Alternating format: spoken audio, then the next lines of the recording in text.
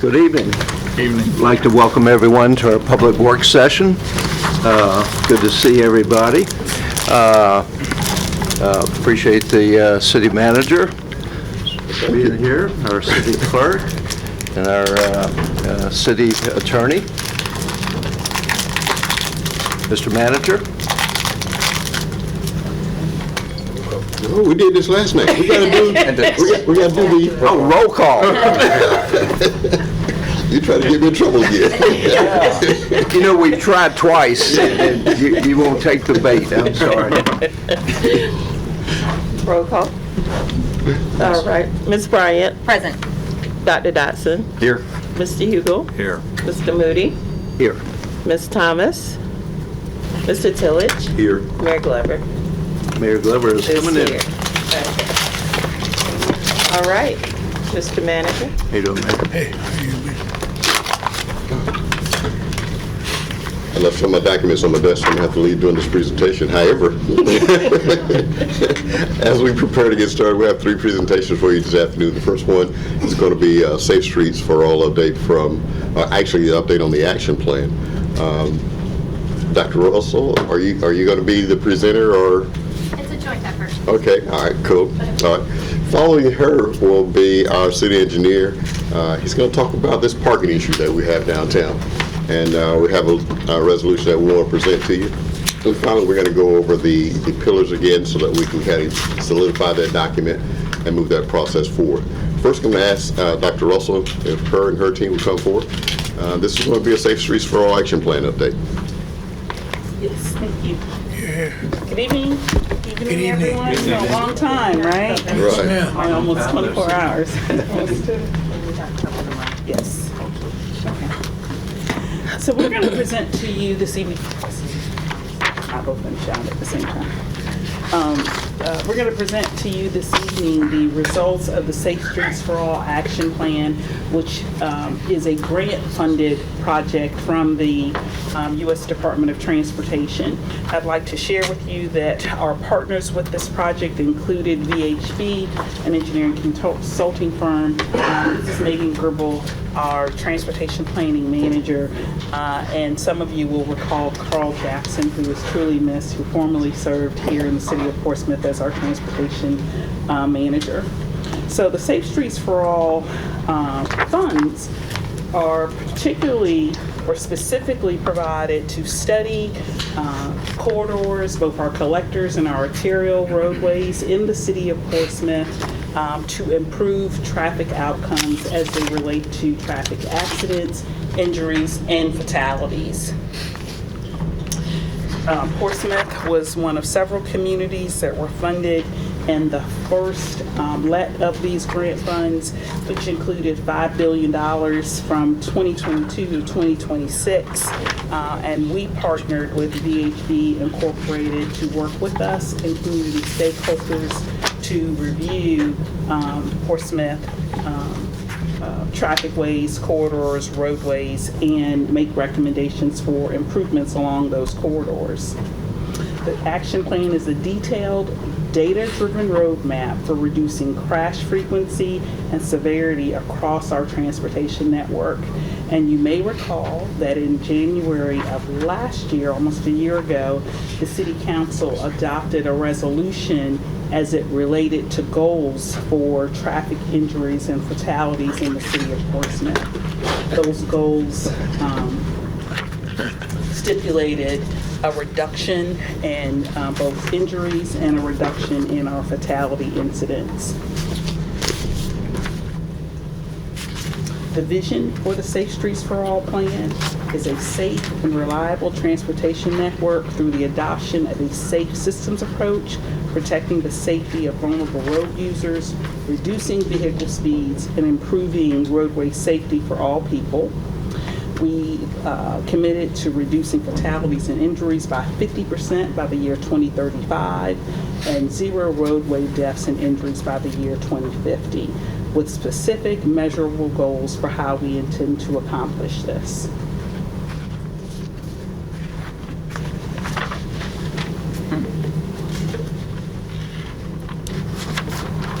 One of the primary and most important outcomes of the Safe Street for All Action Plan is it sets a road plan or a plan for meeting safety outcomes in the city of Portsmouth.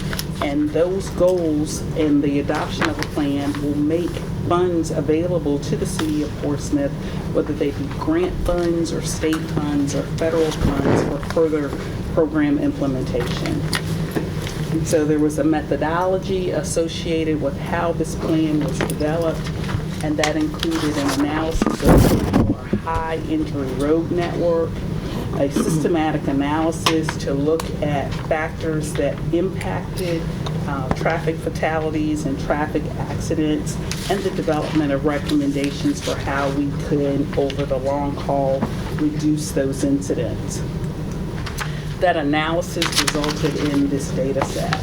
So from 2019 to 2023, we had just over 6,100 crashes on our high injury road networks, 30 fatalities, and 849 serious injuries. And these fatalities and injuries and crashes were a result of safety factors related to performance in our intersections, our arterial roadways, driver behavior, angle crashes, our sight lines and visibility issues, and then conflicts between pedestrians, bicyclists, and vehicles. This graphic shows you is the total number of crashes in those roadways, arterials, that most frequently experience problems as they relate to crashes, fatalities, and injuries. Those included George Washington Highway and Victory Boulevard, Constitution Avenue and High Street, Elmhurst and Portsmouth Boulevard, and then Greenwood and Victory Boulevard.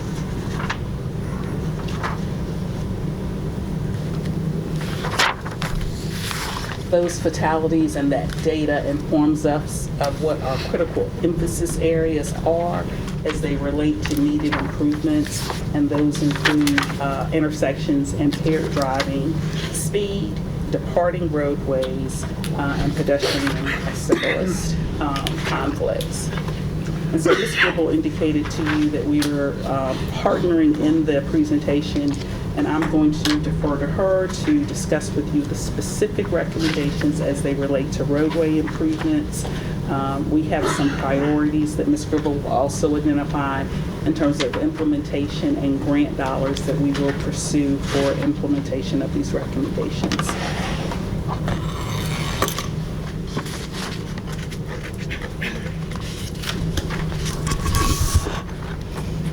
Thank you, Rhonda.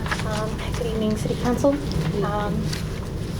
Like Ms. Russell elaborated, I will be covering some of the recommendations that have been the result of the safety action plan that was just completed.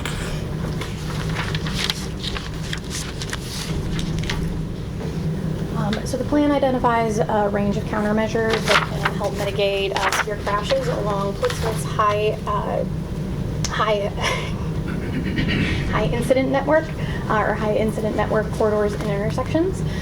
Those include some that are more low cost and near term, some more midterm options, some long-term options, and then countermeasures in the report are also categorized by whether they are targeted or systematic. So something that we Excuse me, ma'am. Can you speak up a little bit more? Yes.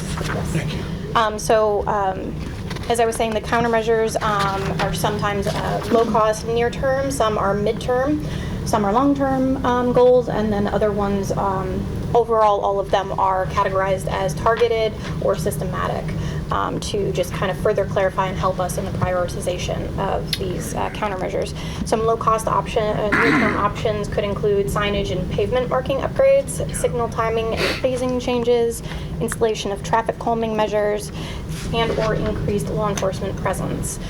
Some examples of midterm might include installation of curb extensions, pedestrian refuge islands, sidewalk gaps, and or developing local policies for traffic calming or complete streets.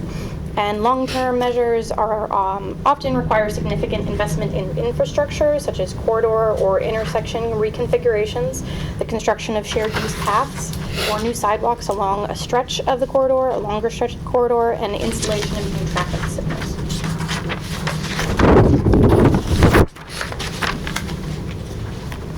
Some examples of systemic recommendations would be parking restrictions and daylighting, traffic signal timing and phasing improvements, high visibility traffic signal backplates, all-way stop control, and improved wayfinding. Excuse me. Question.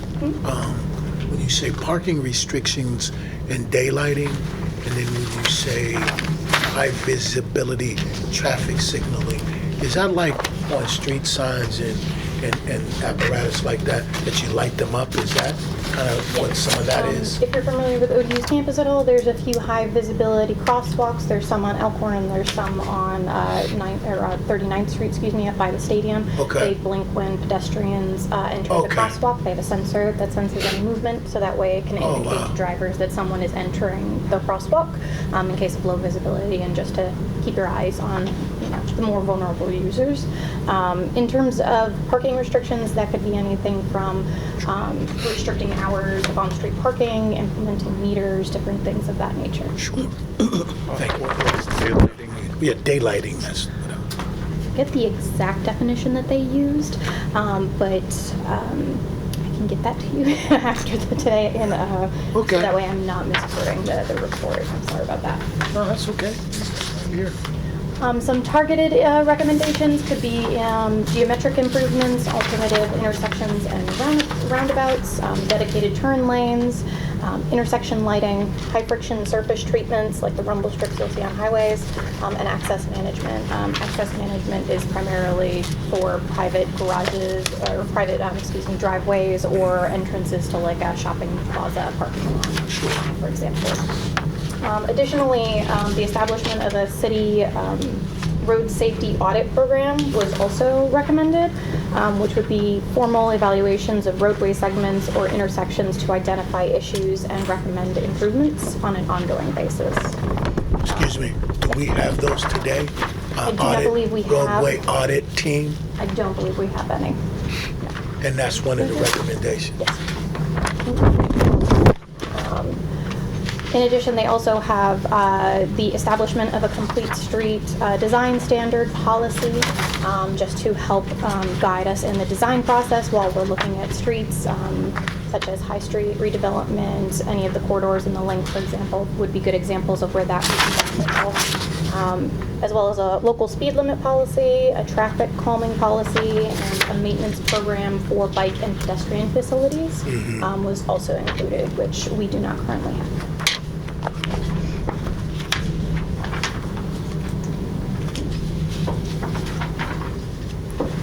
The next few slides have a bit of text on them, but they go into a little bit more detail about what each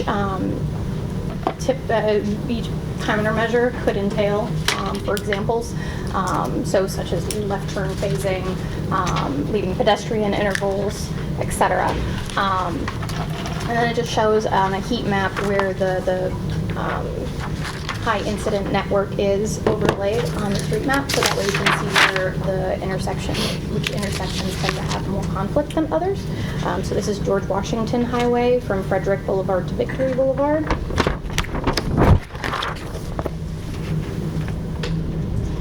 Next is High Street from Chestnut Street to Virginia Avenue. And also I want to point out the corridor characteristics and the box on the corner talk about which modes are impacted, which intersections are prioritized, the average automobile daily traffic. So this one, for example, is 11,000 vehicles per day, and the speed limit currently of that segment. Excuse me. Yes. Can you explain a bit what, even this slide or the previous slide, what those graphs with the dots represent? Like, Yes, so these are heat maps. So as you see, the red areas are where more accidents tend to occur and where they have been reported to occur, and the ones that are colder or bluer are the ones that are less or not at all. So it's to try to show a visual example. Also in the report, which I believe will be made available to you all before the next city council meeting as well, it goes into much smaller segments and highlights each intersection's improvements in much more great detail. But that was probably along the lines of 25 pages long, so I Okay. did not want to overwhelm with information today. Thank you. Does that answer your question? Yes, thank you. This is an example of Elmhurst Lane, unpriority intersection, and it is considered more of a low priority for all modes because it does not have as many incidents or accidents as the reported in that area. Some of the more long-term recommendations on this one, for example, are sidewalks on side streets that don't currently have them. I remember reading one of the reports that Carl completed before he left, and noted that there were several hundred miles of missing sidewalks or sidewalk segments throughout the city. So that's something that is noted here as well, as we can fill in those gaps and kind of patchwork a better network for people to be able to access things and reduce that impact on people. Before you go on, just a typo in the bottom right. I'm sorry? On the bottom right, it's Portsmouth Boulevard, not Portsmouth Avenue. Oh, sorry, thank you. Victory Boulevard, George Washington Highway to Greenwood Drive. This is a priority high-impact network area for all modes and pedestrians and bicycles with 2 priority intersections with a speed limit. Norfolk recently implemented on that note with the speed limit reductions in some areas that they're recommending. They recently reduced a large portion of their residential streets from 35 to 30 or 30 to 25 in areas where they had seen a lot of crash impacts and other conflicts between vehicles and other modes or other people for that matter. And they've been happy so far with the results, but it has happened recently. So.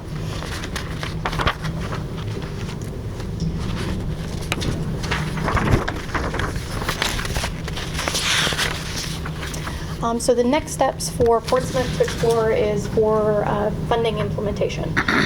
So this study was a requirement in order for us to apply for Safe Streets for All implementation grant funding. The notice of funding opportunity has not yet been posted with a date yet, but anticipating that hopefully soon. And we fully intend to apply with the safety plan and any supporting documentation that we can include on that to try to win that award, that notice of award for funding. But some other places that the plan recommended us looking into funding was the Virginia Highway Safety Improvement Program, VDOT's Transportation Set Aside Program, the State of Good Repair Program, Smart Scale Funding, Congestion Mitigation and Air Quality Improvement Program, and Regional Surface Transportation Program. So we have a lot of different opportunities to look into funding and to explore it and apply to multiple different places and see what we get, and then really work towards applying that funding wherever we can do the most good. We also recently submitted requests for CIP funding for both a set of targeted and systematic group of projects from this plan for the CIP funding that's been made available. Does anyone have any questions? Vice Mayor Moody, sir, you have the floor. Thank you, Mayor. Thanks for the presentation. A few questions on the intermediate and short-term and long-term projects. I do not see any Churchland projects like Twin Pines Road. That's critical. I know I think it's been in the CIP, but unfunded. I think the state was going to give some funding for that, but that road is critical. Very narrow, no sidewalks, and carries a lot of traffic, a lot of pedestrian traffic at different times. That definitely should be, I think, in the short-term category. Also, when we're talking about things to make particularly intersections safer, I know this turn signal caution light I think we need to revisit that at some of the intersections, because I see a lot of near misses, and I'm sure if you broke down some of these accidents, like at George Washington and Victory, I've been behind cars there that will to run the caution light once it goes out, or even misjudge the oncoming traffic. And when you're making a left off of George Washington onto Victory, it's always a lot of oncoming traffic. So I think we need to revisit some of those caution turn signals. I think that would be helpful. I didn't see anything about traffic enforcement. Obviously, that plays a big part of it. I'm pleased to see, I've noticed a lot of radar units out recently. I don't know if that's a new initiative or not, but it's good to see it, particularly in the area of 164 and West Norfolk Bridge. In fact, I guess about a month ago, I was headed to Churston at West Norfolk Bridge, and two cars that seemed to be racing. I guarantee you that seemed like they were doing 80, 90 miles an hour. And I thought myself, I said, you know, a cop is never around when this happens. But interesting, as we approached the turnoff of the port, there was an unmarked police car, and he took after one, got one of the two. But traffic enforcement, I think, is plays a big part, obviously, I think, in keeping our streets safe. So, thanks for the presentation. Thank you, Vice Councilman Mayor. Tillage, and then Councilwoman Bryant. Thank you, Mayor. Thank you for the presentation. To speak on Vice Mayor Moody's point, Twin Pines and Town Point, I'm really shocked it did not make this list. Yeah. Especially Town Point and Town Point, when people are getting off of 164. Town Point is used as a way to get to Suffolk, and with Suffolk having been built up the way it's been built up over the last several years, people use it as a shortcut instead of going down to College Drive. And if you're trying to go down that street between 3 and 6 in the afternoon, you're either having to go up to Peachtree down the Gateway to make a U-turn, or cut into Stone Ridge Apartments and do U-turns in there to just get across the street. I really think that needs to be on that list. I think we had a presentation a couple months ago that made some type of study and was presented to us as being a dangerous intersection. In addition to that, George Washington Highway, which is listed here, but when you're coming out of Independence Square Apartments, right there on the border of Chesapeake, is a very dangerous, it's just a stop sign. There's no stoplight. And I know my time from driving a school bus, when I was taking kids from Craddock Middle School into Independence Square, it would take me on any given day, it would take me about 15 minutes to be able to get out of there. And I consider myself to be a pretty good driver. And I would literally have to block traffic heading into Chesapeake with my bus to slowly creep in to get into the left lane. I mean, to be able to get to the left lane to be able to head back into Portsmouth. So that's another one I think we need to look at, maybe a stoplight or something to go there. But I also, for the funding implementations, I would really be curious to know, as you all progress in that, which programs you're looking at applying for, letting us know that, because I would like to see whatever we can't get be a part of our 2027 legislative package. But also in March, we're going to DC to meet with our congressional members. And this is something I think, now that we have a plan and attached to it, is something that we can be able to share with our federal delegation, especially intersections that are near our railroad crossings.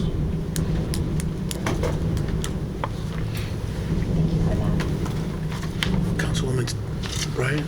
Yes, thank you, Mayor, and thank you for the presentation. It's I'm looking at the crash data and key safety concerns, and wondered, Megan, if you could put the numbers into some perspective for us. They're surprising, or they generate an emotional response. So how do we compare to our neighbors, if you know, in terms of 6,137 crashes, 30 fatalities? Is that I do know that exceptionally we, high, or? I do know that we rank very high compared to other cities in the state, according to the VDOT data where this information comes from, in terms of reported crashes to VDOT. So I'm not quite sure about the comparison between local cities. That's something I can definitely look into for you and get you guys that information. To Vice Mayor Moody's point earlier, angle crossings, which would be, the ones that he was indicating, especially with the blinking lights, that was noted as one of the largest concerns for where accidents occur. So I would say that is a big risk factor. And so, but I can definitely get you data from other cities locally if you'd like to compare. But it is also available, I believe, on VDOT's website. For all of the crash data from the time frame that we were using. And you recommended the Walkable City Book to council, Yes. correct? And Mayor, you gave us each a copy of that. And Absolutely. it's tremendously eye-opening, especially with this presentation now also, to know that it really does make a difference as we're looking at our other 100%. neighborhoods and that 100%. it's more about, it's about many things. Quality of life, but also public safety and For sure. physical safety. So thank you for that. You're welcome. I'm glad you all enjoyed it. Yeah, definitely. Very much. Councilwoman Thomas. Yes, thank you, Mayor. Thank you so much for the presentation. Just another added question on this particular slide.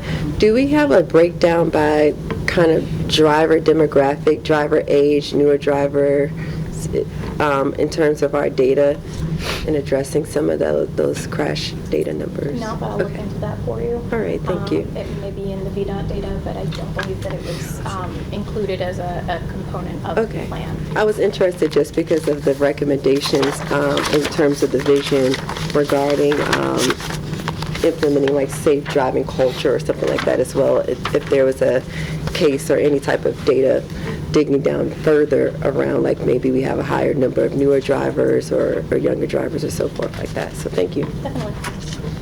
Vice Mayor Moody, and then Councilman Eagle. Sorry, you have the floor. Another thing that perhaps we could address, obviously if funding was available, is Cedar Lane between West Norfolk Road and High Street. When Cedar Lane was widened, sidewalks were projected to be on both sides of Cedar Lane. Well, we got some pushback, and unfortunately, council caved. I was on council, I caved too. We acquiesced and only put sidewalks on one side. Never again should we let public opinion overrule public safety, because what you have now are a lot of bicyclists and pedestrians walking in the center of Cedar Lane. So that road definitely needs another sidewalk. I would, obviously that would probably be long-term, but I would suggest adding that. Okay, thank you. Councilman Eagle. Well, while we're talking about Cedar Lane, so not only is it only one sidewalk, but we put a turn lane down the center, and that turn lane has become a passing lane, Yep. not a turn lane. So yeah, something we could do there. So there are several of the intersections on this slide where we installed red light cameras. Do we have any data since we put the red light cameras there that show that they're actually having an impact in terms of forcing people to actually stop, and the number of collisions or severity of the collisions has gone down? Do we have that data? I'm sure we may have that data, but I can look into that. It was not included in the report, in the final safety action by the partner. Yeah, so it'd be interesting to go take a look to see if we got the red light cameras in the right in the right intersections, that they're really having the impact that we hope. Okay. And then to Councilman Tillage's comment about looking for federal and state advocacy, if you could follow up with the specific CIP projects that are tied to the short, mid, and long-term action, so that we have some specifics that we can look at plugging into next year's legislative agenda, please. Please. Councilman Dodson, you have the floor, sir. I know that you're looking at our side of this, but there's another side of this that is the user component. And I wonder how much of an important part that is to it, too, in terms of us enforcing and prosecuting those people who might be in danger. Like they just said, this lane has become a passing lane. Well, that's not our fault. That's a psychology of the population. And I wonder if it might be worth our while to include that component to say enforcement, prosecution, and education might be a necessary part of the application for the grant when you go for it too.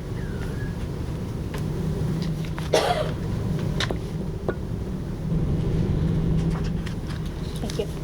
One more thing. Go ahead. Just real quick.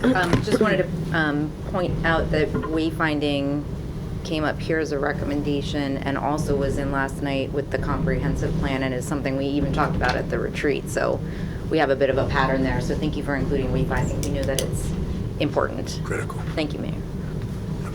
The other thing I would just recommend, and you know, we talk about these task force or these audit teams and the impact that they can have, and I don't know what that means ultimately, but I would think that there needs to be a periodic visit, drive-by, something that continuously engages this process so that we know that we're making progress. An audit team should be able to identify if they're active, whether they go out once a month, once a quarter. A group of individuals should go to some of these areas, drive through. I'm a visual learner, so I learn by seeing. So when we do these things periodically, I'm really excited that that's a part of it. I think we bring it full circle. And it helps to inform us as leaders too, because we certainly live in the neighborhoods. I just drove past Victory and George Washington 15 minutes ago, and I saw that flashing left turn that Vice Mayor was talking about. A lot of activity there. So I think it will be helpful if when we put these teams together, the audit teams, Mr. Carter and these kind of teams, that we have a periodic schedule that is then reported out, what the findings of those scheduled visits or drive-bys are. I just think that would be helpful. Okay. Thank you. Any other questions? Yeah, thank you. Thank you all.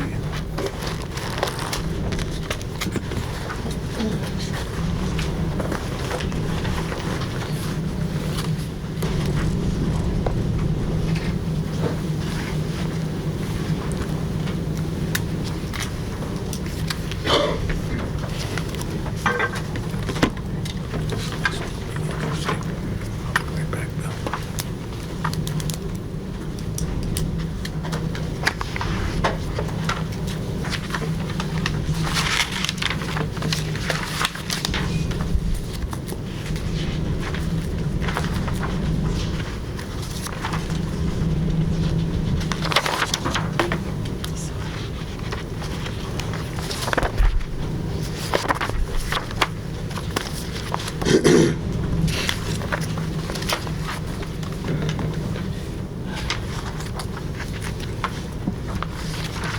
Good evening, Mayor, Vice Mayor, members of City Council.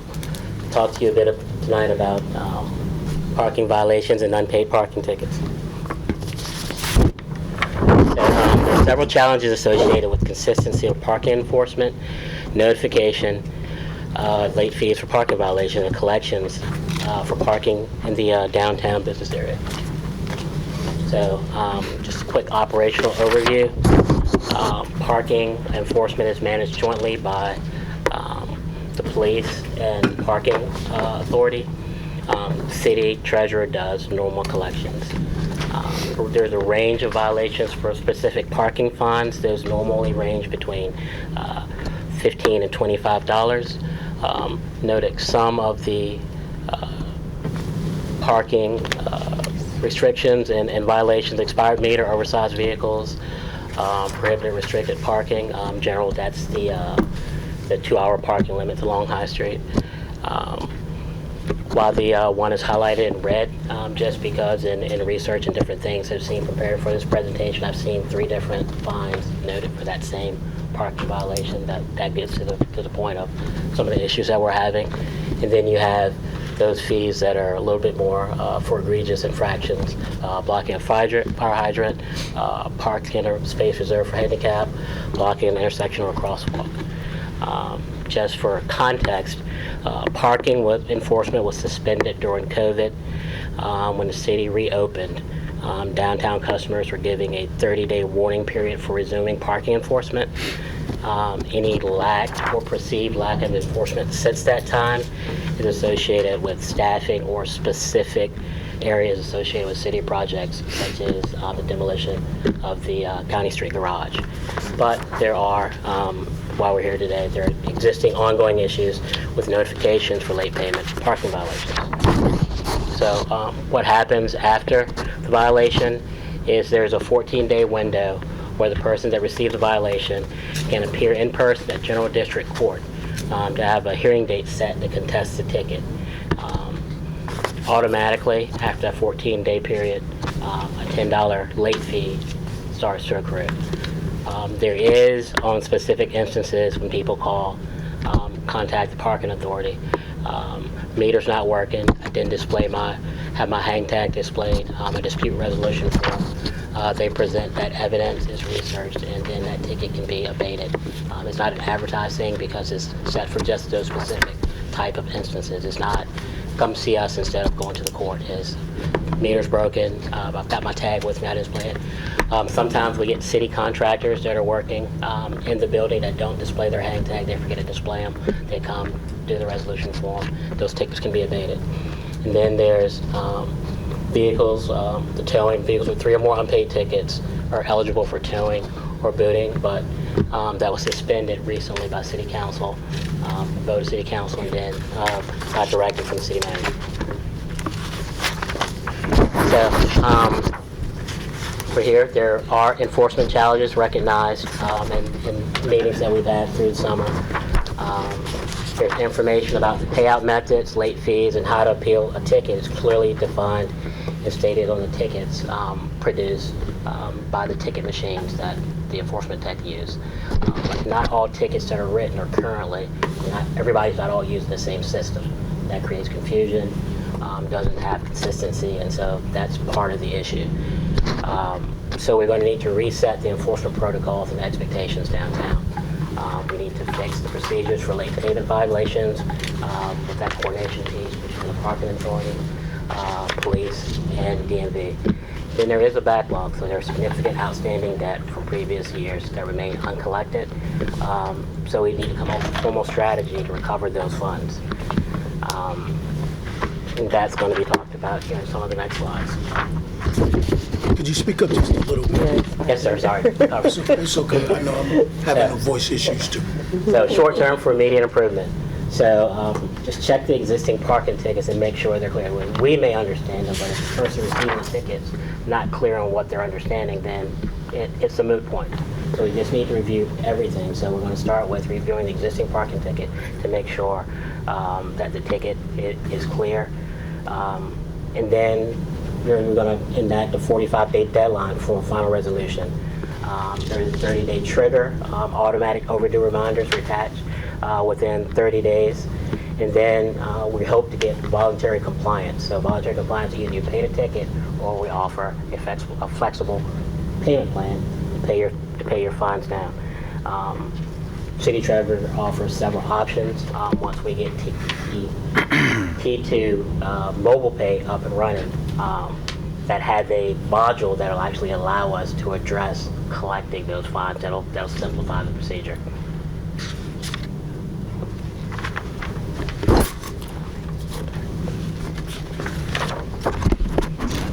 So, looking at the unpaid parking tickets, so once again, 30-day mailing campaign to target all existing unpaid balances. Have a 45-day response window. So there's either full payment or you enter into an agreement to basically have a flexible payment plan. Mandatory down payment for all new accounts like that, and then immediate escalation if there's no payment. And that goes to D&D and putting holes in registration. That was previously done by the city treasurer. Based on all of the research, I don't think that is in practice anymore, but it is an available option. So long-term SOPs, working out the coordination piece between all the entities that are involved in parking enforcement, making sure that the roles are clear, the roles are defined, and everybody knows exactly what they're supposed to be doing, any gaps or anything like that. Use T2 Flex to collect those fees for parking violations. So that gets into the next piece. Leverage modern technology to do collections. And then reciprocal enforcement through DMV, looking at renewals. So age debt. So currently, by code, any delinquent accounts that are older than 3 years, basically they can't be collected. So there's a period that it's just going to drop off.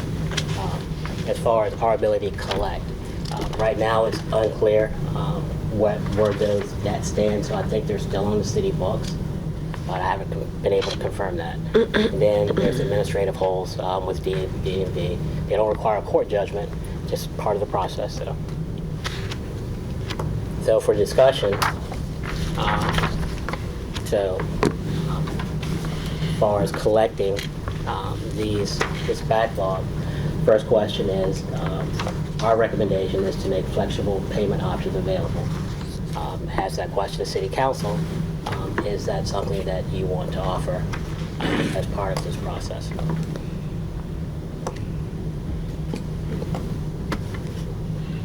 Councilman Dodson, sir, you have the floor.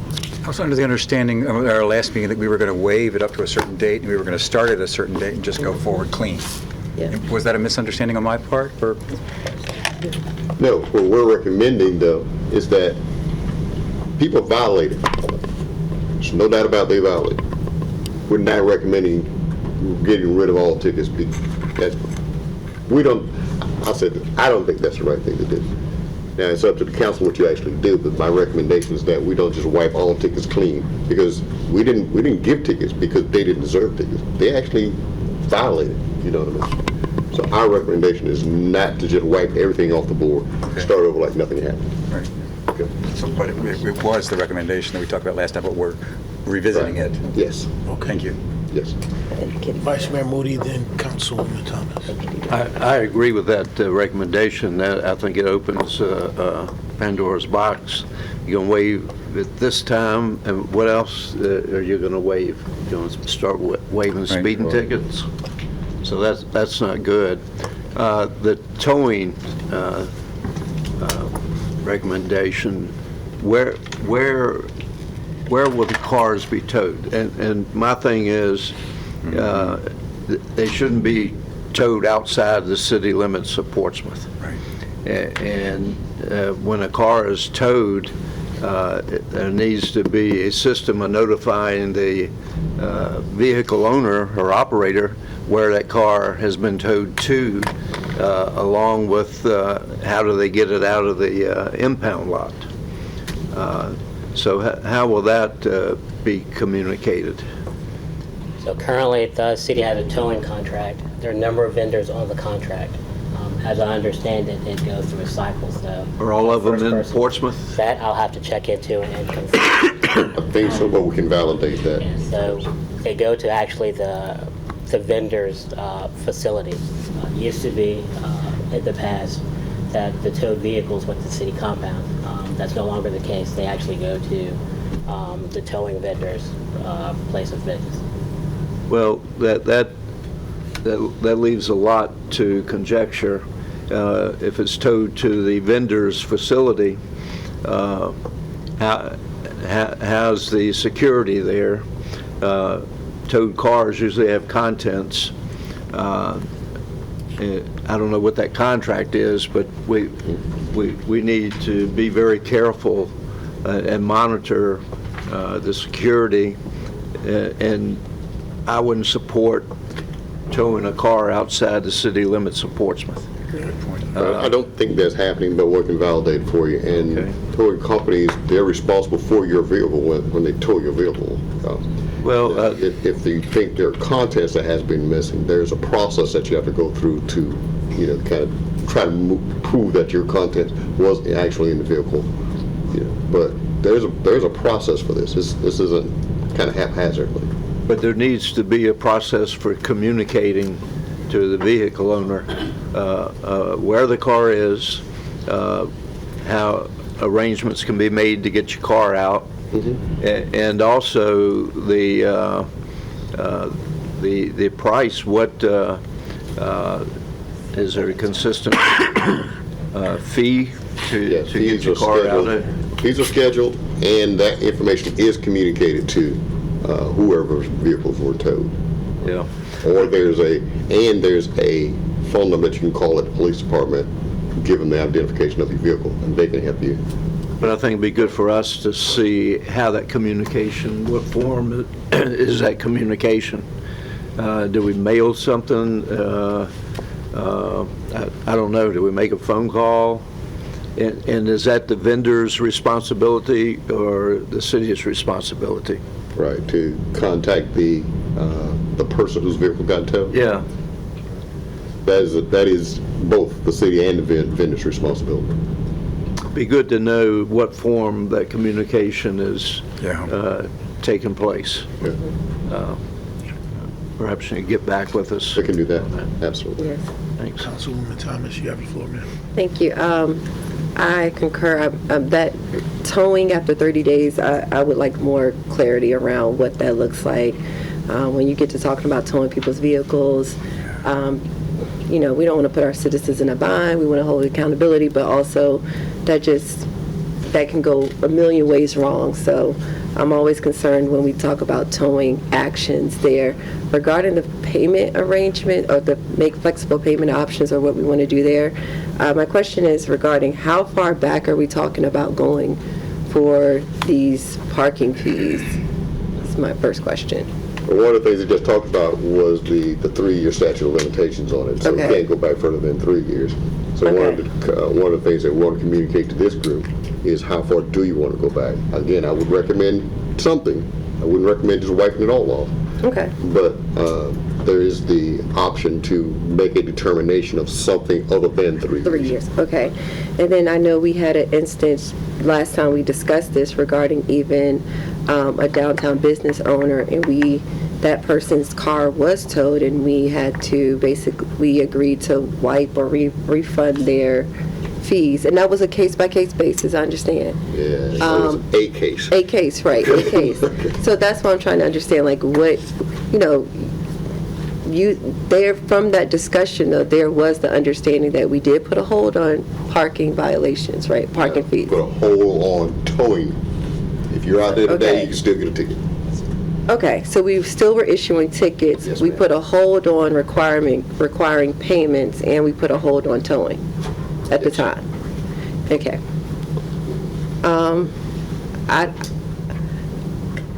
I don't want to go back 3 years, so I'll just put that out there. I think we should implement something, but I'm not for a full 3 years. On top of the toll issue, and then I just don't know what type of bind that would put our citizens in. So some accountability, not saying they don't have any accountability, but we didn't even have, we're talking about the process now to implement payment. 3 years to me is just going too far back, so. Can I say something to Yes. that? Sir, you have the floor. The process, this isn't a brand new process. There's always been accountability that should have been enforced. Should. Right.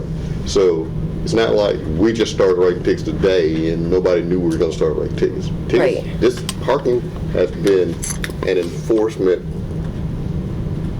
arm of our parking authority for many years. And you said the key word, should have been enforced. So people, if they wanted to, were paying their parking tickets. Yes. But also if they weren't paying their parking tickets, there was no enforcement to do anything. It was, I will say it was not equally applied all the time, or Absolutely. not consistent.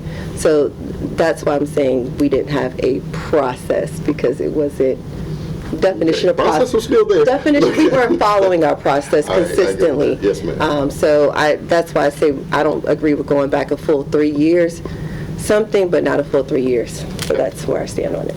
Okay. Councilman Tillage and then Councilwoman Bryant. Thank you. You got the floor. So I have a couple of questions. First of all, to piggyback on some of my colleagues, I think number one, consistency is key here. You know, I heard earlier that, you know, it's based on staffing and all this stuff, but if you might have a person patrolling Monday, but the person might not be at work Wednesday through Friday, well, now there's automatic inconsistency that's occurred, which is kind of what we've seen my entire life living here. I remember as a kid, I saw parking enforced. But probably over the last, since I've been driving, I've parked on city streets, on High Street for way beyond my time having a parking pass and never had a ticket, knock on wood. But I have not had a ticket. I've parked there for numerous hours. We'll go back and review that and make sure. And my point of just saying that is that, my point of saying that is just that, you know, consistency is key to make sure this happens. But my next question is, who or what department is currently in charge of parking enforcement? Parking authority. Parking authority. And the police. There's also PD. Yeah. It's joint. So there's parking authority has parking enforcement technicians, and then there are arms of PD that do parking enforcement as well. Okay. Now, your police department they can enforce any law, you know, but it's a primary parking authority thing. So there's actually, so the people that so the parking authority, there's actually a person that's reporting to the parking authority? Yes. Okay. Yeah, there's parking enforcement technicians. Okay, so there is a system in place to keep this stuff moving consistently. Yes. Consistently. All right. Yes. The next question I have is, well, statement I have is, I'm in favor of collecting fees up to a certain point as well. Right. Not going back more than probably, in my opinion, more than 6 months. But I think with this T2 mobile pay that we have coming up, I think it's a great start for us to move forward in the collection of payment, because it's a new system coming on board, and the educational piece, you do it all at one time. And then also, as far as the towing, resuming towing after the 30-day mail blitz, I'm not in favor of that.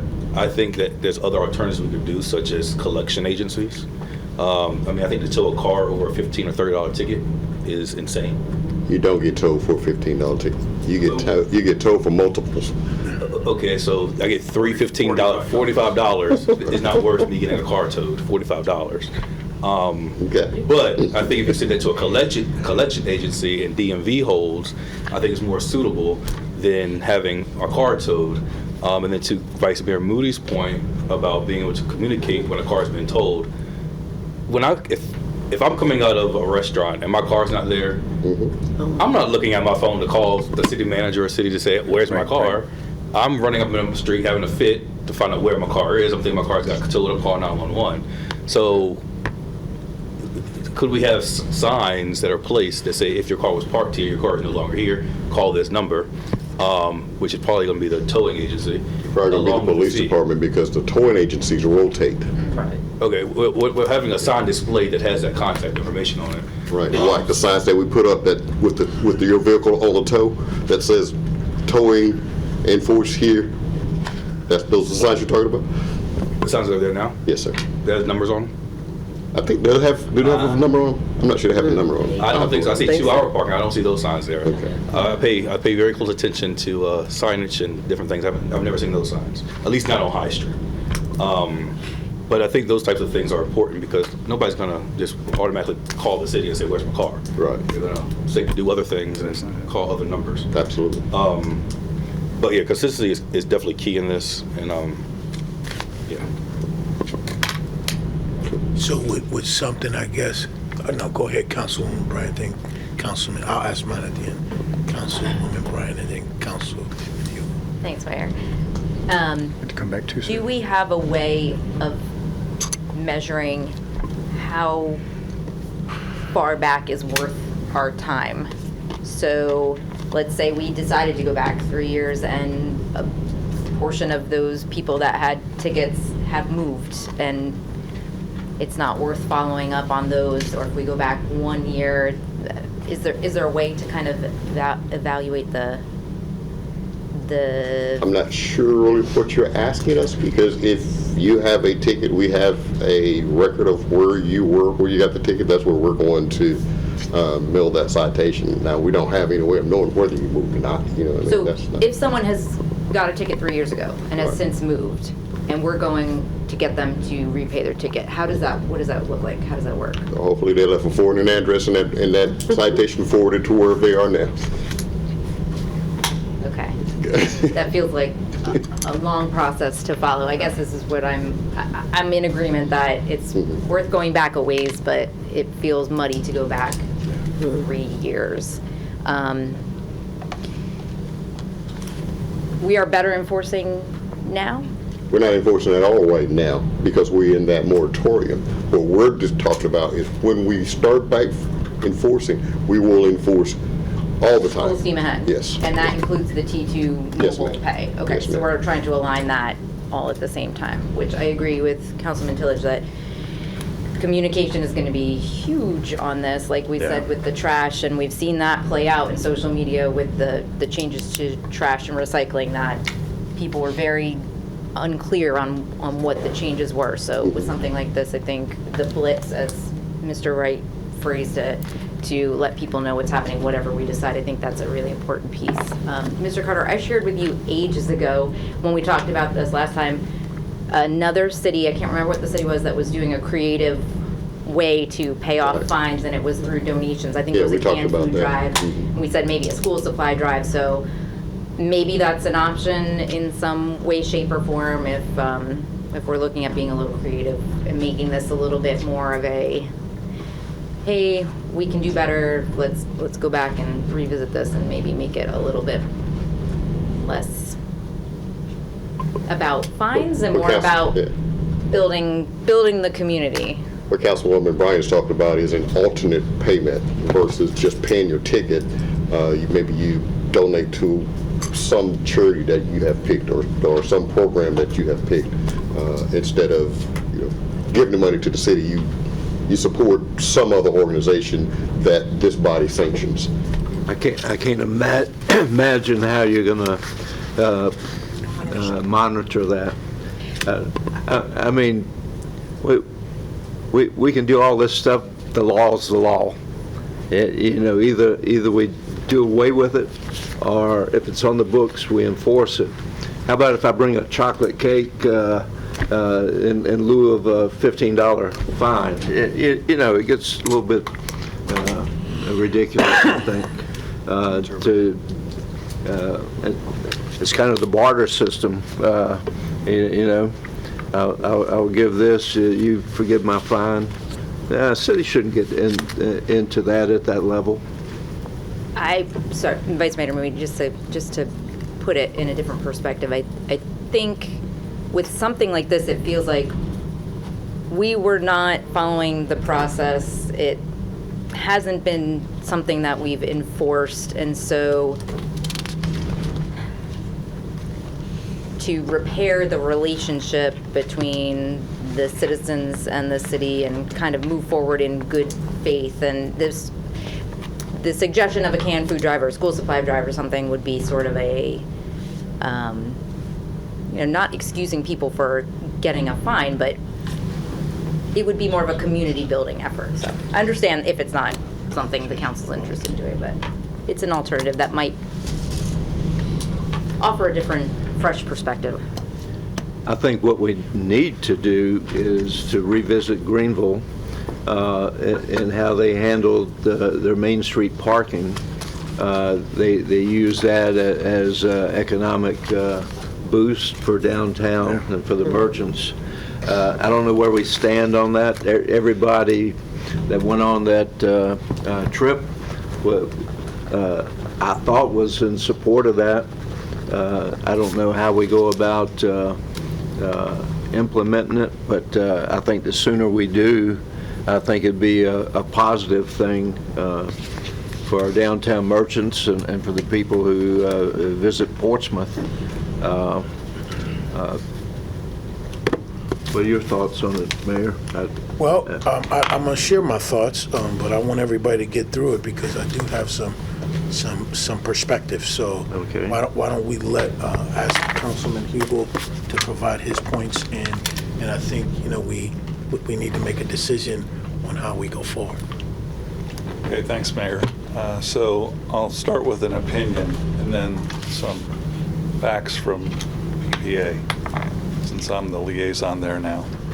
So my opinion, at a work session several months ago, we said we were going to forgive at some point going backward because it didn't make much sense given the irregularities in enforcement, not in the process, but in the enforcement of the process. It didn't make sense to go back and try to collect. And so now to change our minds and say, forget about what we said at that work session, which was a public meeting. Yeah.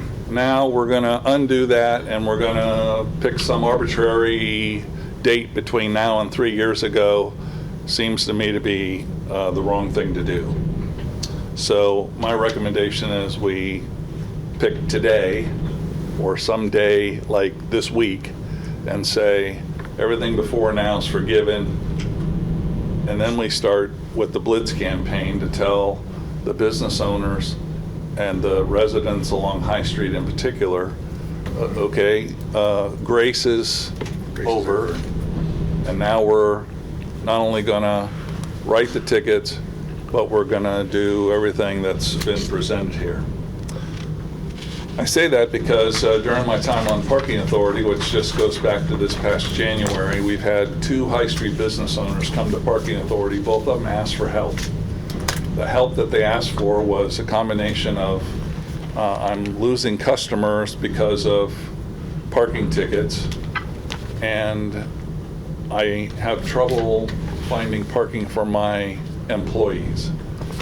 To my knowledge, we've provided no answers to either of those businesses to the requests that they've had for help. And so seems, again, to go punch them in the mouth with collecting on parking tickets when they came to us and asked for help, and I don't think we've given them any, seems to be unfair. For everybody's information, at the Crime Commission last Monday, a motion was made and agreed to by the Crime Commission to recommend to the mayor and the city manager, I guess primarily to the city manager, that the parking enforcement that currently is split between the police department, who does some of it, and the parking authority that does some of it, that all of that be consolidated under the police chief. And as we talked about at our retreat, kind of expanding their role as a special law enforcement person in a real uniform with a radio, and the ability to put some police presence out on the street, but also to hopefully put a consistent ticket process in place. So as the city engineer mentioned, the police department tickets don't look like the parking authority tickets, and so bringing it all into, we're going to all do it the same way with the same people, was their recommendation. And so manager, over to you, I guess, on where that goes. So we have a parking survey that's recently been done. The recommendations from that parking survey have all been put together in draft form, and we're in the midst now of the parking authority has commented. I'm not exactly sure when the survey goes from a draft survey to a final survey, but we have a parking problem in downtown. And all of this points to the fact that we have a parking problem in downtown. So to the vice mayor's point, Greenville had to wrestle with this problem with customers, employees, and residents parking. We have the same problem, and some of the residents have solved it, some have not. Some of the business owners have solved it, some have not. But in any case, there's recommendations going to come out of this parking survey. We need to get on with getting that survey finalized and figuring out what are we going to do in the long term, because we've had a lot of churn in parking with the knocking down the Court Street or the County Street garage. We're getting ready to have even more churn with the Crawford Bay project and the Civic Center and the parking lots associated with this. And so the sooner we can put parking rules in place that are consistently enforced, the better off we're going to be to help us get through the next phase. I asked this question of Parking Authority, but the person that needed to be there to answer wasn't there. So since I didn't get the question answered, my question is, City Manager, where do we stand on implementing T2? I see the signs are starting to go up, and specifically, I know that the first phase is to implement where we currently have broken parking meters. At what point do you think we're going to be ready to implement T2 along the High Street corridor, which is where the lion's share of our parking problems seem to be? I'll defer to Mr. Wright. He has the rollout plan there. So Yeah, so the rollout will start towards the end of the month with City Hall and Civic Center lot, then 2 weeks. I don't have it in front of me, but the next 2 weeks, the next set of lots, the next 2 lots 2 weeks after, the next 2 lots 2 weeks after. So by February, everything that you have enforcement or collections now will have T2. So if High Street doesn't have T2, that discussion needs to come back to City Council, because right now it's restricted parking. To change from restricted to pay for parking has to be a City Council, City Manager decision. So that's a discussion that needs to come back to City Council to add that to. Simple to add that to T2. We just haven't had the discussion to actually get through the process to do it. Okay, so I think what I heard was there's no plan right now to do T2 along the High Street corridor. what I've told Mr. Wright is we will enforce parking on the High Street. What he's saying now is, do you have the appetite to go ahead and say, yes, we're going to do that?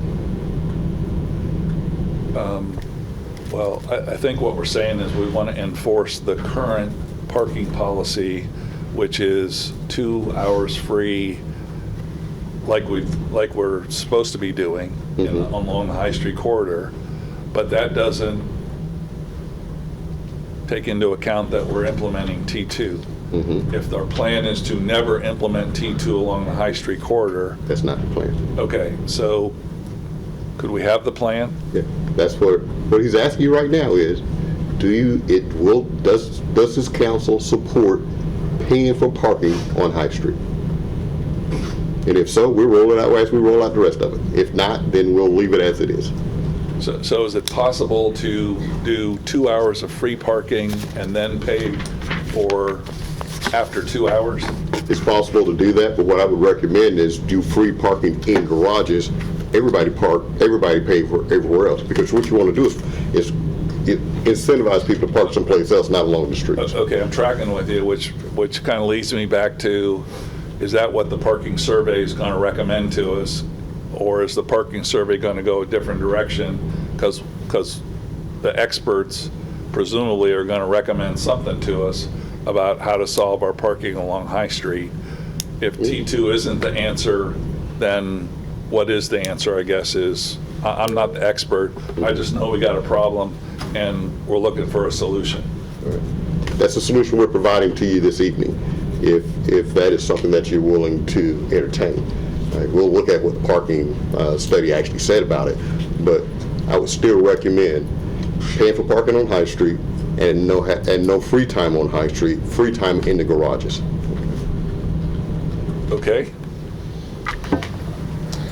You had something you want to add? 2 hours free, or a period of time free in the garages. Yeah, not free totally free. Yeah, I'm sorry. That's 2 hours. Yeah, make sure I restate that. And for the enforcement team that's part of the parking authority, that's something that we had already started implementing. So even before that was mentioned at the last task force meeting, we've already started preparing for that in part, and that's part of our budgeting process already right now. So there's no more work to do on that. That's happening already. Okay. And then I guess my last question is, so you propose some short-term immediate improvement actions here.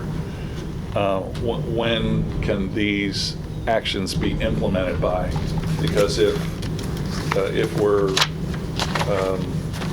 getting ready to go do a blitz, a communication blitz, is that starting tomorrow or starting next week or starting next month? Because we want to do a communication blitz before we start actually towing and collecting on parking tickets or whatever we're going to do.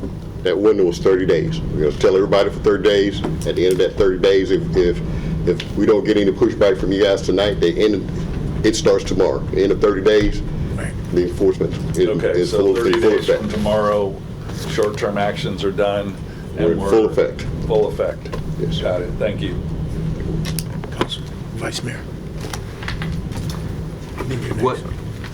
What are you looking for council tonight? We talked about the period where tickets are forgiven. Are you looking for consensus on that? That is, all right. I think that's the only thing. Well, we're presenting this to you as, hey, this is the plan. If you guys don't like the plan, you better say something, because this is how we're going to roll it out. Well, that's what I'm getting Right, at. so right now the plan is charge everybody for the 3 years that we can. You don't like that, you got to tell us what you do like. Okay. My opinion is, I think 3 years is too long. Okay. And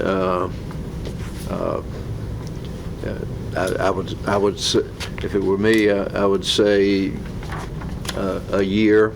I think anything over a year gets troublesome in a number of ways.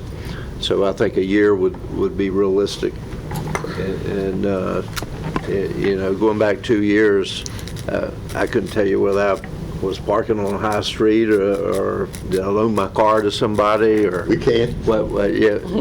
Well, when I'm the one paying. I just mess with I think a year should be it, and no further. I mean, that's my opinion. We don't really have a dog in that fight. But we need a determination. Right, Councilman Dodson. And then we're going to move on. Thank you. I think we've done this. Some kinds of plans cost money, and I want to address that with you, Kitty, is that if we did that plan you're talking about, it would cost us too much overhead. So I understand the sentimental value that has with getting people alternates, but I don't think that it's something we could implement without too much overhead, more than it would cost. Do you know, like libraries do amnesty instead of pay your fine? You Right. bring in some cash. I mean, that's where that trade involves. It's too involved. Not, I know not it is. anything more expensive than that. Secondly, Go ahead, sir. Yeah. Secondly, I wanted to say that if we're going to roll out a new plan, I'm not in favor of going back at all. I say we just start clean with a new day, because if we go back, many of the business owners in downtown have told their customers, throw the ticket away. And a lot of these customers believe what they're told. These tickets are not going to be enforced. And for us to go back any time at all on these people who've gotten this not prosecuted for these tickets, I think is really going to create a hullabaloo that is going to stink. So I think we start from day one and we say, okay, it starts today, and that we can do that as early as tomorrow, I believe, and just say, you get a ticket starting tomorrow, you're on the hook 100%. As far as towing goes, we've got to coordinate it some way. They've got to call it. Now, if my car gets towed, I'm calling 911, and if they don't know where my car is, I'm filing a report right then about a stolen car. So I think 911 is where if somebody Absolutely not. tows the car. Absolutely not. That is not an emergency. I know it's an emergency to you, but that's not an emergency. So don't tell the public to call 911 if the car gets towed. Please don't do that.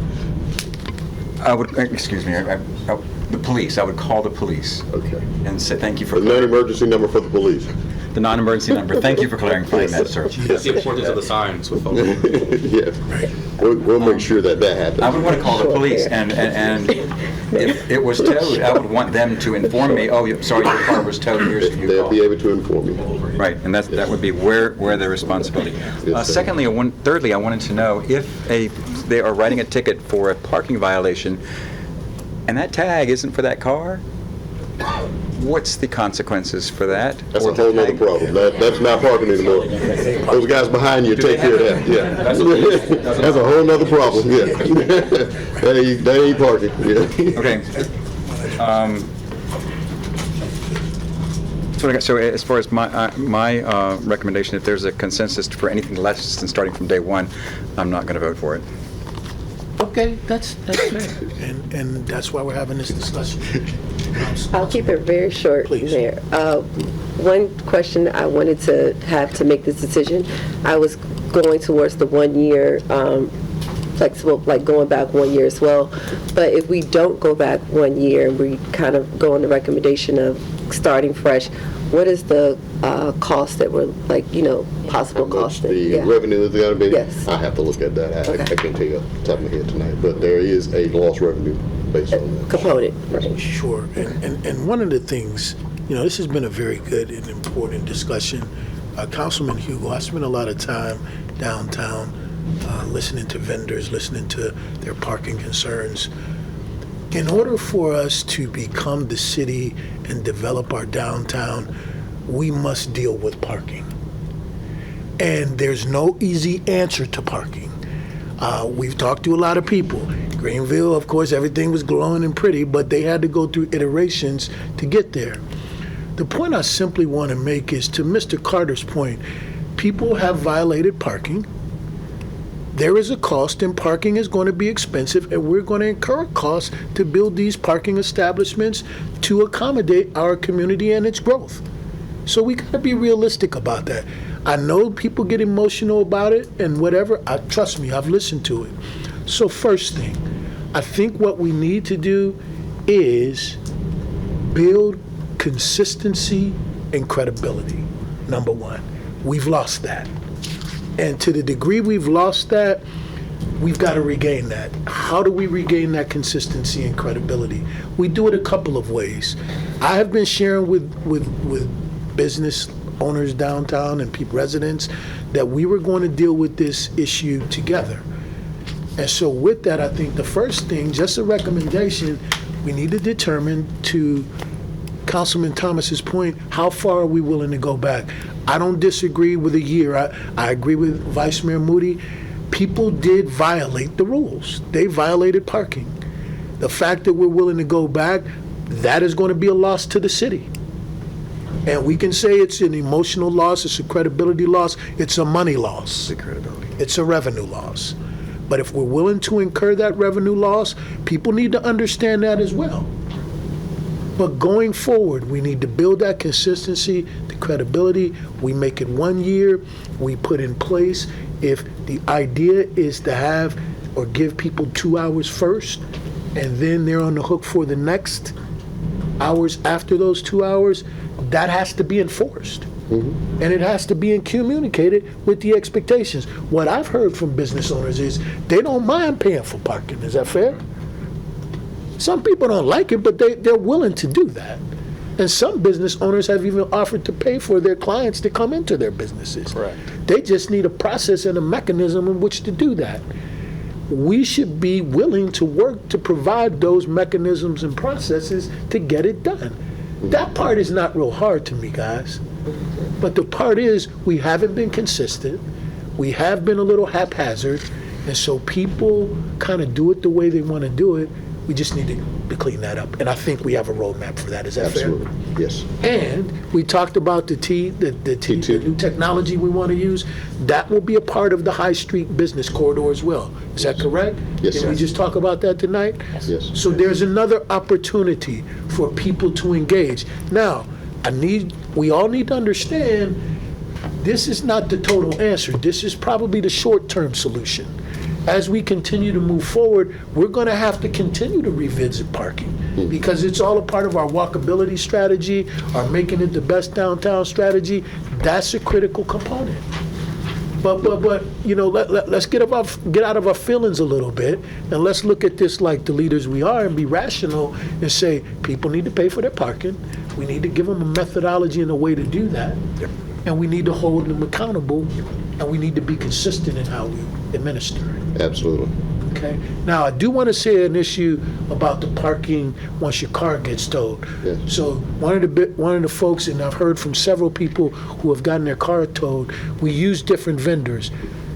Most of them, to your point, Vice Mayor, take them to Portsmouth lots. However, when the people actually get to the lots, because the information, the policeman shows up, I think, when the towing takes place, Right. and then the towing company comes. But what happens is the transfer of information doesn't always take place smoothly with the appropriate information from the towing company. Where you retrieve your car, how much is it going to be? Do you pay or do you accept cash, credit card, or denari? Whatever, Okay. component of pay you take. That's not clear. Some people have shared with me when they went to get their car, they went with cash and credit card, and credit card pay wasn't an option. Okay. So people need to be prepared when they show up to pay to retrieve their vehicle with the option to pay. And that can be frustrating. I could believe that. So Yes. that kind of process can be tightened up. Absolutely. But that's my 2 cents on the whole parking thing. We need to do a better job of parking. And we need to communicate that to our citizens and our business owners, and they need to share with us, when we have areas for improvement. That's just my 2 cents. We'll do it. So are we in agreement with the 1-year look back or the 1 year? I'm asking my colleagues on council. No, You want to start fresh? absolutely. Wipe out all the money? We said it, and now we shouldn't go back on what we said. Agree. Okay, well, I gotta wait till Councilman Thomas comes, just my Councilwoman opinion. Thomas comes back. Okay, well, that's why we're having a discussion. And the majority will tell us what to do. Yep. So when she gets back, we'll put it on the table. And if that's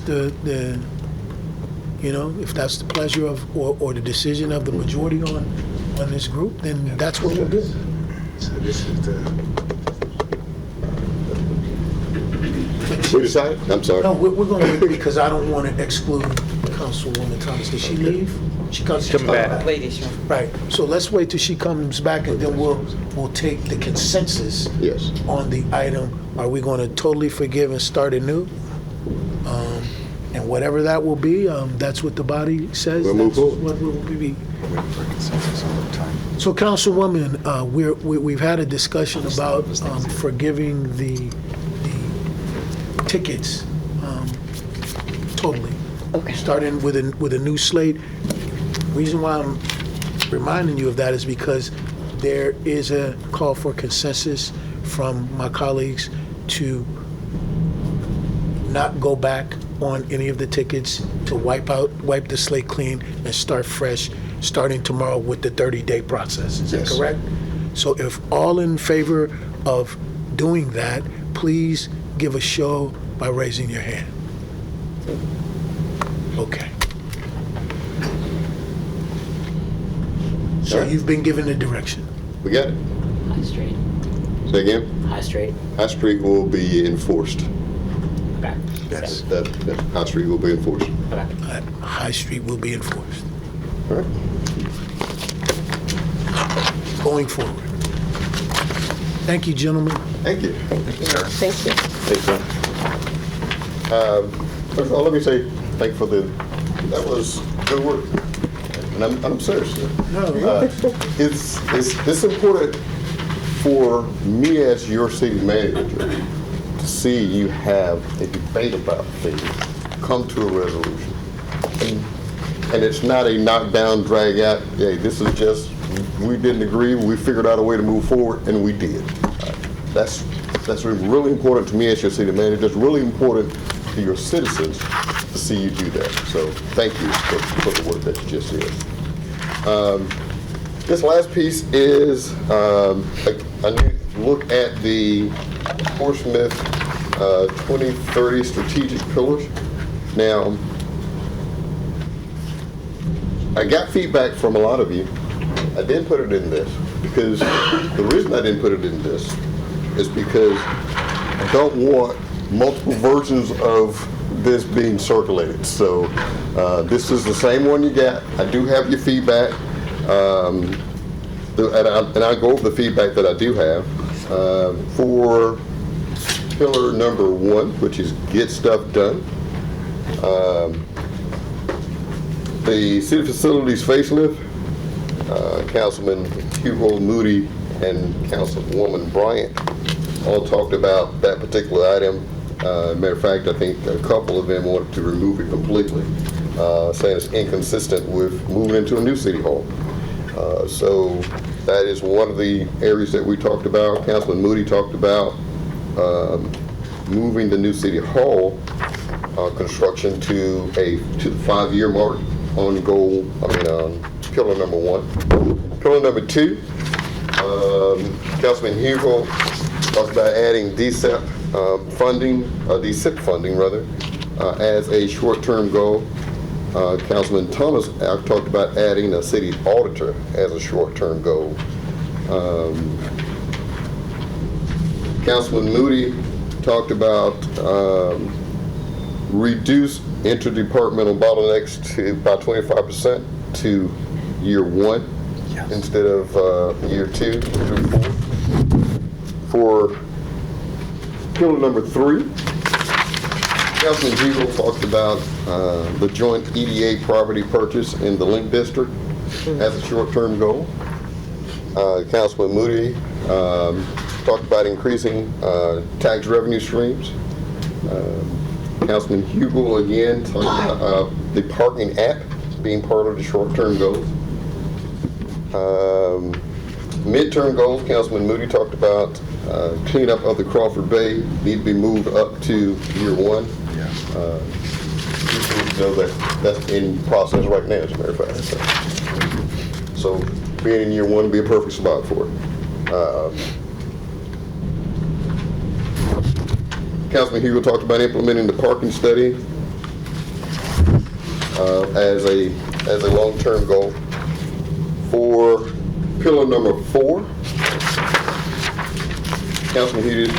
Councilman Moody talked about solicitation for a beautification architect.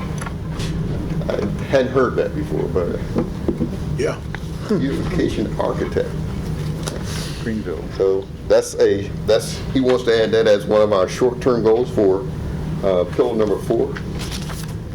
Also, Councilman Hugo talked about providing safe and secure parking being added as a short-term goal. Councilman Moody talked about applying for an All-American City designation. Pardon me?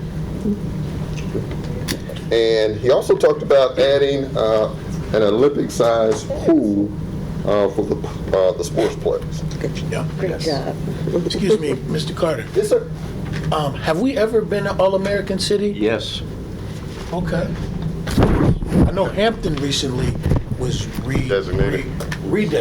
I think they were designated. I had a former neighbor who actually had the banner that hung in City Hall. In fact, we may still have that banner because I brought it in. You have it now? Deborah has the banner. And we displayed it when I brought it in for a while. Awesome. And we applied for, I think we were close in our application, but we didn't get the designation.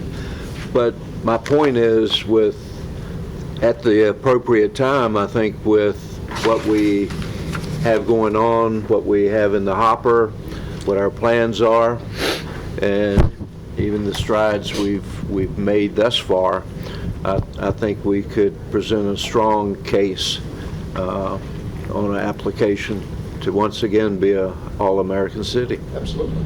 I'd like to do that. Sounds great. And it's on the list. Our final pillar is number 5, which I think Councilman Hubel added a couple items to this one. One was the design, like K through 8 design and K through 8 construction. As K through 8 design naturally has a short-term goal, and K through 8 construction has a long-term goal. And one of the things that Councilman Moody mentioned as a side note is we got to make sure that we're talking to the school board about all of these things that deal with the education and workforce piece. And we introduced this to our liaisons at our last council and school board liaison meeting. So they're aware that this document exists in the form that we have it right now. So, but I did tell them that this was a working document. We will publish once we come to terms what that full version is going to be. So the question I'm asking you tonight is, based on the things that's listed, things that I've mentioned from the input from the group, are there further modifications that's needed before we're ready to say this is the document? Yes, I'd like to speak to it. Councilman Dodson, you have the floor, sir. So in number 2, there was a review so I center. can make sure I record whatever you need to. Interdepartmental bottlenecks. I think what we also need to address, and this might already be part of that, is customer interface, or the way we process citizen applications and permits. Say that in a way that I can make that easy. Right, I know. Thank you. Our interface with our customers is not good. My greatest example is me trying to get a building permit. It took 4 years until Mr. Wright jumped in and said, let me help. Okay. We can't get things through departments. So part of it is addressing the interdepartmental bottlenecks, but also the interface with the customer too. Okay, so state that in a succinct way that... Oh, help me out, please.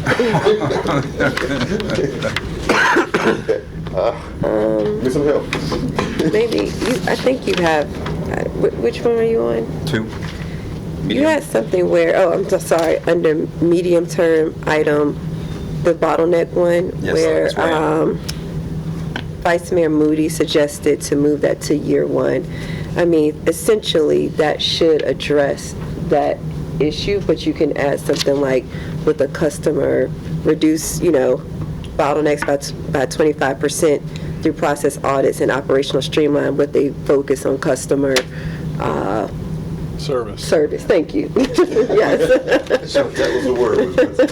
So I'm doing another building project in another state. When I walk into their city building, they have a office right in front for customer interface. You can't get to engineering. You can't get to any of the departments except you go through this customer interface, and they will supply you with all the papers, the deadlines, help you through all the process. And if you need to go to the department, then the department then can do their job,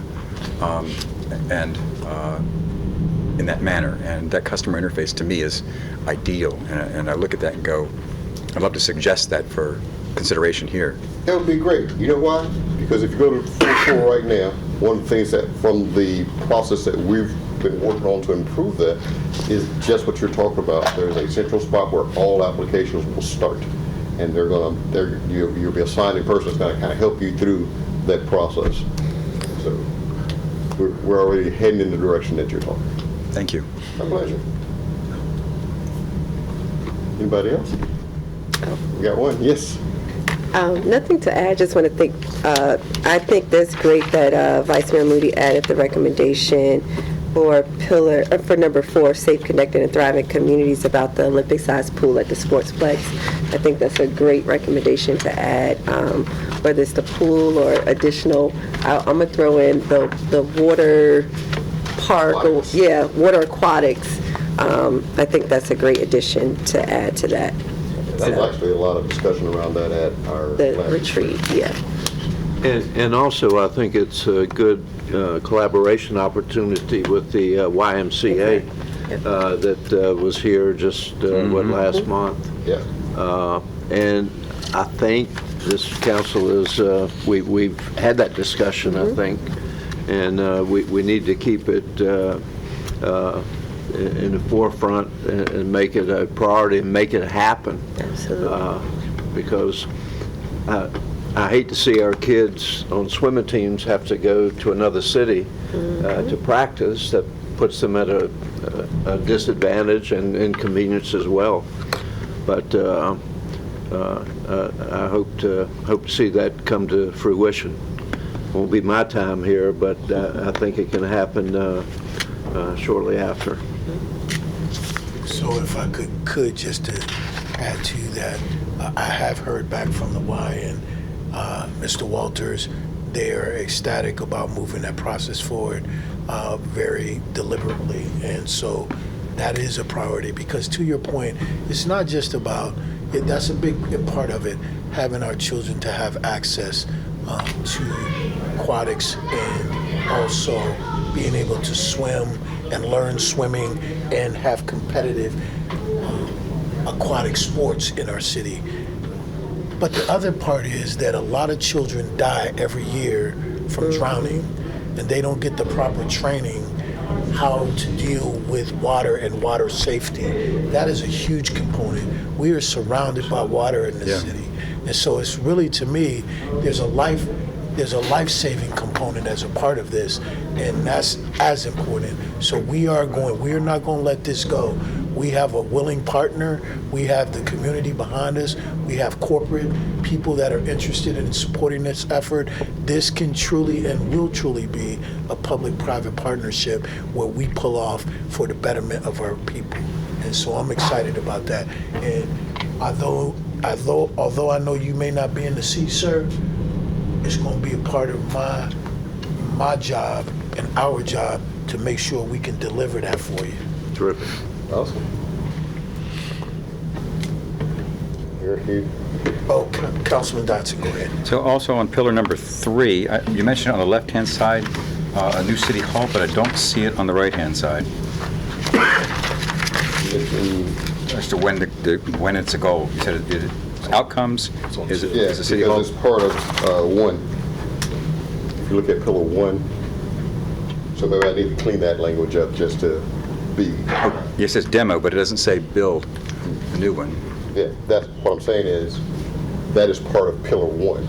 If you look at the very first pillar and look on the right-hand side of that in the Thank you. medium. New City Hall's the third bullet down. Thank you.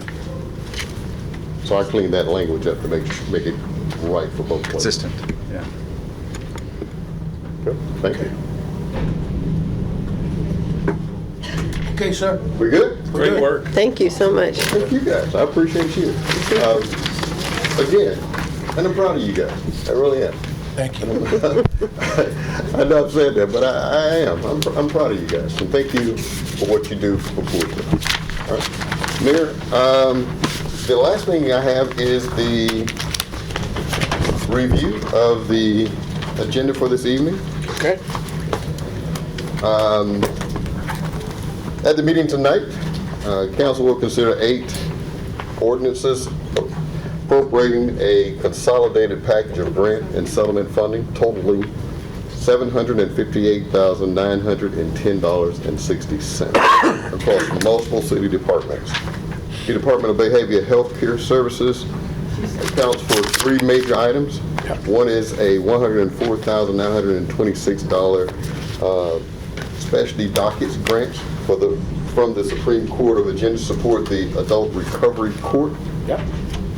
One is a $174,966 workforce funding grant from the Virginia Department of Behavioral Health and Department Services to address workforce shortages and improve employee retention. The other one is a $269,765 opioid settlement disbursement dedicated to approved opioid abatement purposes. The Department of Public Utilities is requesting an appropriation of $85,832 in the PFAS settlement fund from DuPont. Additional grant proposals support core community services, economic development, and public access to technology. The Department of Social Services is requesting $2,070 from the Virginia Department of Social Services to provide respite care for foster families, and $53,623 from the Virginia Department of Children's Services to support administrative costs associated with Children's Services Act program. The Department of Museums and Tourism seeks to appropriate a combined $43,750 from the Virginia Tourism Corporation. And the final one is the Department of Libraries is requesting to appropriate $23,978 through the E-rate program via Cox Enterprise to support telecommunication and internet service for public library users.